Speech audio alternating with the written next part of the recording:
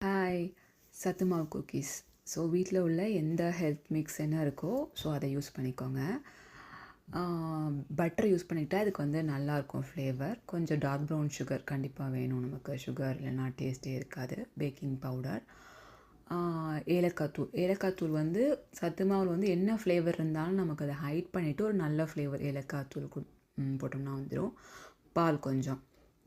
So நல்லா பிசைஞ்சிட்டு நமக்கு வந்து இது வந்து நான் ஒரு 3 கப்ஸ் போட்டேன் ஆக்சுவலாக சத்து மாவு. நல்லா இந்த கன்சிஸ்டன்சியில் பிசைஞ்சிட்டு குட்டி குட்டி பாலாக உருட்டிட்டு நம்ம குக்கி ஒரே ட்ரேயில் அடுக்கிட்டு 350 Fahrenheit 180 டிகிரி செல்சியஸில் வந்துட்டு இது வந்து ஒரு சத்து மாவுன்றதுனால ஒரு 25 to 30 மினிட்ஸ் வந்து ஸ்லோவாக பேக் பண்ணோம்னா நல்லா குக் ஆகிட்டு நல்லாயிருக்கும்.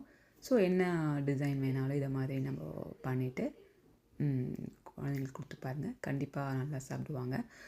ஸோ இதே மாதிரி நிறைய குக்கி ரெசிபீஸ் நம்ம சேனலில் இருக்குது. ஓட் பனானா, அதாவது ரெட் பனானா வச்சு குக்கீஸு, பட்டர் குக்கீஸ் இருக்குது, மஃபின்ஸ், ரெட் பனானா மஃபின்ஸ் இருக்குது. ஸோ அந்த ரெசிபீஸ்லாம் கண்டிப்பாக ட்ரை பண்ணிவிட்டு சொல்லுங்கள் எப்படி இருந்துச்சுன்னு. தேங்க்யூ.